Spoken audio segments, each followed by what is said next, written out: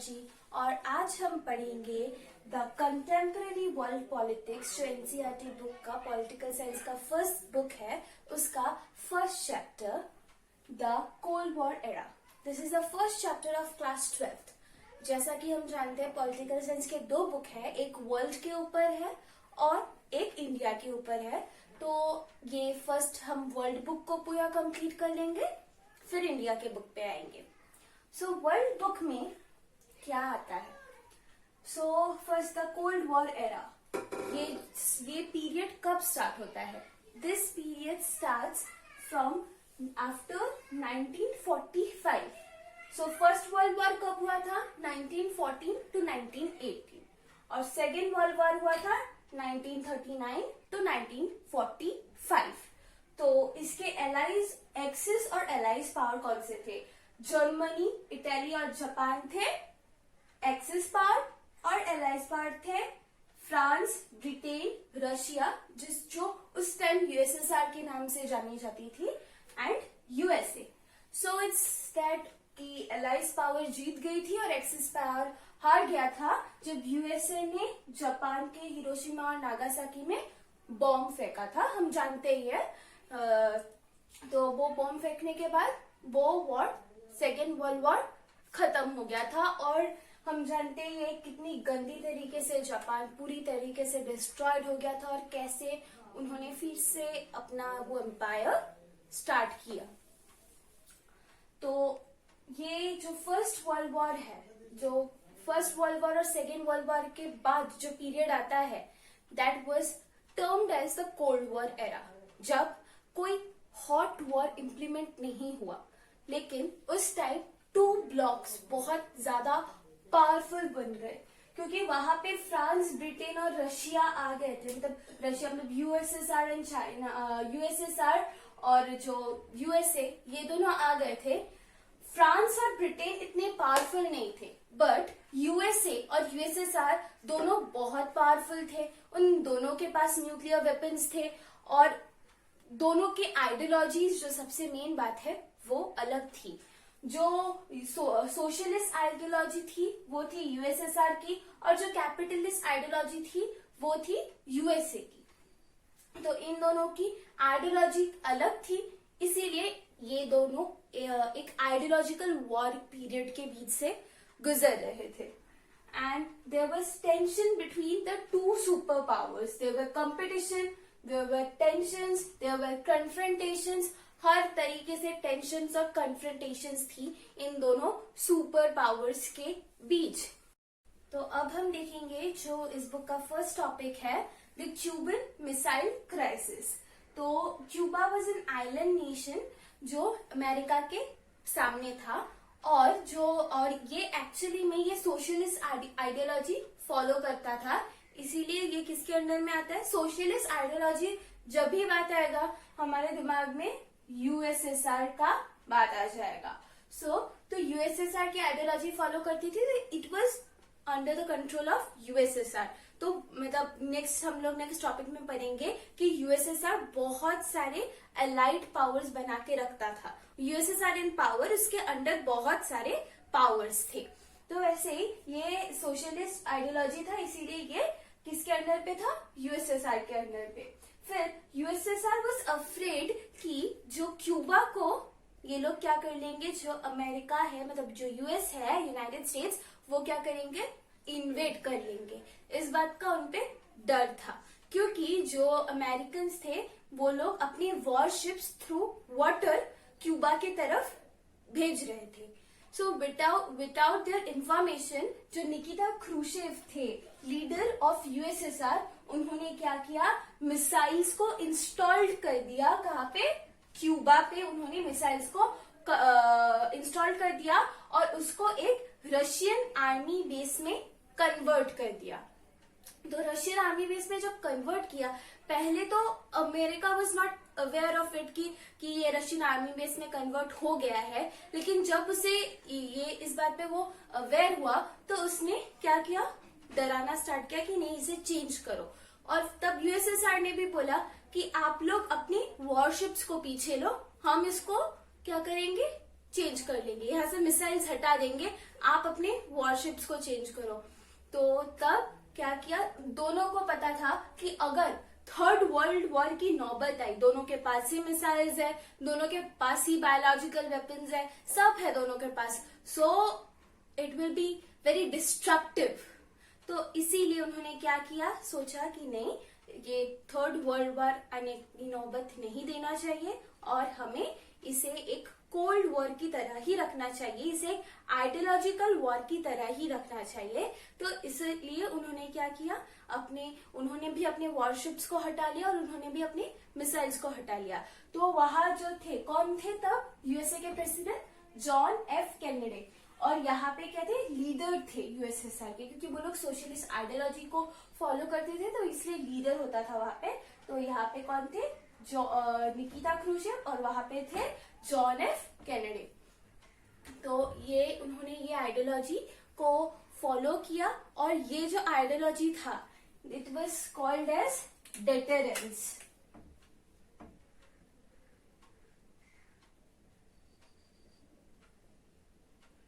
It was called as deterrence, की दोनों ने क्या किया, शांति को चूज किया, बिकॉज दे बोथ नो कि अगर हम लोग अभी एक वॉर इनिशिएट करेंगे तो बहुत प्रॉब्लम हो सकता है। तो कोल्ड वॉर इसे क्यों कहते हैं, because it basically never escalated into a hot war, और ये सिर्फ एक आइडियोलॉजिकल कॉन्फ्लिक्ट था। कोई वॉर, मतलब इनिशियली वॉर हम जिसे कहते हैं वेपन्स के थ्रू या फिर कुछ ऐसे, वॉर नहीं हुआ। यहाँ पे डिबेट्स हुए, डिस्कशन हुए, डिलिबरेशंस हुए, लेकिन कभी ये एक हॉट वॉर में चेंज नहीं हुआ। दोनों के आइडियोलॉजीज अलग थे, इसीलिए वॉर था बस। लेकिन दोनों को पता था, if it changes into a hot war, a full fledge war, जो कि वर्ल्ड वॉर 3 के होने का कोई चांसेस होता, तो क्या होता, ये बहुत खराब हो जाता। तो इसीलिए उन्होंने कौन सा आइडियोलॉजी अपनाया, डेटरेंस का आइडियोलॉजी, कि हम लोग ना वॉर करेंगे, हमारा आइडियोलॉजी अलग रहेगा, लेकिन अगर हम एक वॉर को इनिशिएट करेंगे तो फिर ये बहुत ही ज्यादा खराब होगा हमारे लिए, क्योंकि दोनों के पास रिसोर्सेस थे। तो अब मतलब कोई एक तो जीतेगा, ये नोन है, बट जीतने के बाद अगेन कमिंग टू पावर, वो अपना पावर, वो फ्रीडम के साथ वो खड़ा नहीं हो पाता, क्योंकि वो इतना गंदी हालत में चला जाता। सबको पता है जर्मनी में क्या हुआ, जापान में क्या हुआ, लेकिन तब फिर भी एक ज्यादा पावरफुल हमेशा था। यहाँ पे दोनों पावरफुल थे, दोनों के पास वेपन्स थे, तो क्या होता, ह्यूमन लाइफ लॉस होता, प्रॉपर्टी लॉस होता, बहुत सारा टेरिटरी लॉस होता, बहुत सारा जो वेल्थ है एक कंट्री का वो भी लॉस होता। तो इसीलिए उन्होंने डेटरेंस का आइडियोलॉजी अपनाया। फिर इमर्जेंस ऑफ 2 पावर ब्लॉक्स, इसके वजह से like the western block and the eastern block, मैंने पहले ही कहा था कि वेस्टर्न ब्लॉक में जो था, वेस्टर्न ब्लॉक में USA and western part of Europe, और ईस्टर्न ब्लॉक में था यूएसएसआर और ईस्टर्न पार्ट ऑफ यूरोप। तो ये उसके बाद जो ब्लॉक्स थे, ये जो 2 कैंप्स में चेंज हुए, तो वहां पे 2 कैंप्स आया, नेटो और वार्सो पैक्ट। जो नेटो था वो था North Atlantic Treaty Organization, which constitutes of 12 states led by USA. It was formed in 1949। और ये है वार्सो पैक्ट, जो था ईस्टर्न अलायंस। ये इसके बाद ये फर्स्ट में इन्होंने पावर दिखाने के लिए इन्होंने अपना एक कैंप खोला। तो इसके कुछ साल बाद इन्होंने 1955 में जो ईस्टर्न अलायंस है यूएसएसआर ने वार्सो पैक्ट किया। तो उसके बाद उसके आफ्टरवर्ड्स अपना South East Asian Treaty Organization और सेंट्रल ट्रीटी ऑर्गेनाइजेशन जो मिडिल एशिया में था, ये फर्दर इन्होंने ज्यादा किया ताकि बहुत ज्यादा एरिया इनके अंडर में आ सके। Now we will see the arenas of cold war. तो जो एरिनाज ऑफ कोल्ड वॉर थी, जहाँ पे थोड़े मोरे छोटे मोटे वॉर्स हुए, तो उनमें से है कोरिया, बर्लिन और कॉन्गो। कोरिया में हुआ था 1950 to 53, बर्लिन में हुआ था 1958 to 62, और कोंगो में हुआ था अर्ली 1960s में। ये क्वेश्चन आ जाता है विच where the arenas of cold war, और अगर आप लोग यहाँ पे टाइम मेंशन कर देंगे तो वो ज्यादा स्पेसिफिक होता है और टीचर को ज्यादा पसंद आता है। वैसे टाइम याद तो करने बोलता नहीं है कोई, लेकिन ये जगह जरूर याद रखिएगा। ये 3 जगह था, कोरिया, बर्लिन और कोंगो। तो अब देखेंगे नाम, जो सबसे मेन टॉपिक है। ये आपको इंडिया के बुक में भी इसका थोड़ा पार्ट मिलेगा। सो व्हाट इज नाम? सो नाम इज नॉन अलाइनमेंट मूवमेंट, और जो कि लेड किया था Jawaharlal Nehru of India, Joseph B Tito of Yugoslavia, Kwame Nkrumah of Ghana, Sukarno of Indonesia and Gamal Abdul Nasser of Egypt. तो इन्होंने ये मूवमेंट एक साथ लेड किया था। ये की फाउंडर्स है नाम के। तो इन्होंने क्या किया था कि जो सारे जो न्यूली इंडिपेंडेंट कंट्रीज थे, तो newly independent countries of Asia, Africa, Latin America, ये देखिए सारे के सारे न्यूली इंडिपेंडेंट कंट्रीज थे। तो जो क्या करते थे, जो दो पावर्स थे, वो लोग क्या करते थे, अपनी एलाइज बनाते थे कि you have to come in our allies. आपको हमको रिसोर्सेज देने पड़ेंगे, आपके जो आर्मी देनी पड़ेगी, आपको स्पाई करने के लिए वो जगह देना पड़ेगा, बाकी प्रोटेक्शन हम आपको देंगे, मनी हम आपको देंगे। लेकिन ये इनडायरेक्टली फ्रीडम नहीं, मतलब इतने दिन से आप किसी कॉलोनियल रूल के अंडर आप थे, उसके बाद अगर फ्रीडम के जगह आपको किसी कंट्री के अंदर एलाइड रहना पड़े तो फिर वो उनको मंजूर नहीं था। इसीलिए उन्होंने किया था नाम का फॉर्मेशन, नॉन अलाइनमेंट मूवमेंट, जिसका फर्स्ट समिट जो हुआ था वो हुआ था बेलग्रेड में 1961, जिसमें 25 मेंबर कंट्रीज ने पार्टिसिपेट किया था। तो इसका मेन क्या था? Isolation and neutrality. Isolation, balance of power between the power blocks, कि नहीं हम लोग आपको सपोर्ट नहीं करेंगे, और ना हम इसका सपोर्ट करेंगे, ना हम सोशलिस्ट आइडियोलॉजी का सपोर्ट करेंगे, ना हम कैपिटलिस्ट आइडियोलॉजी का सपोर्ट करेंगे। हम एक रिपब्लिक है या फिर हम एक मोनार्की, हम वट एवर वी आर, हम खुद की तरह से अलग है। हम आप पे डिपेंड नहीं करेंगे, ना आपसे कोई रिसोर्सेज लेंगे, कोई हेल्प लेंगे, ना आपको कोई हेल्प देंगे, हम आपसे अलग हैं।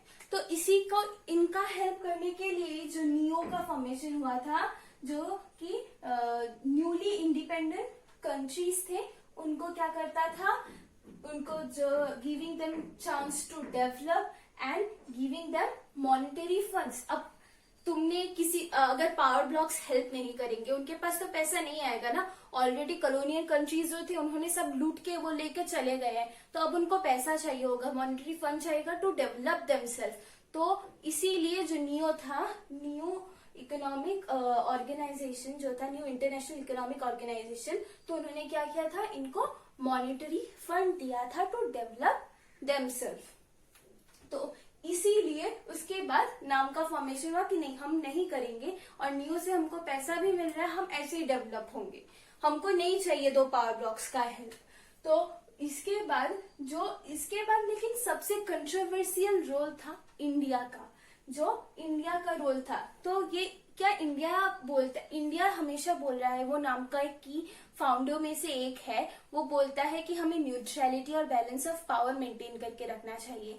लेकिन फिर जब जो अमेरिका और जो यूएसएसआर थे, उन दोनों के बीच में वॉर हुआ था, तब इंडिया ने, जब पहले यूएसएसआर ने अमेरिका पे हमला किया था, तब जब अमेरिका ने यूएसएसआर पे हमला किया था, तब इंडिया ने बोला था कि नहीं, अमेरिका को ऐसा नहीं करना चाहिए था। लेकिन जब यूएसएसआर ने फिर अमेरिका पे हमला किया, तब इसके बारे में इंडिया ने कुछ नहीं कहा।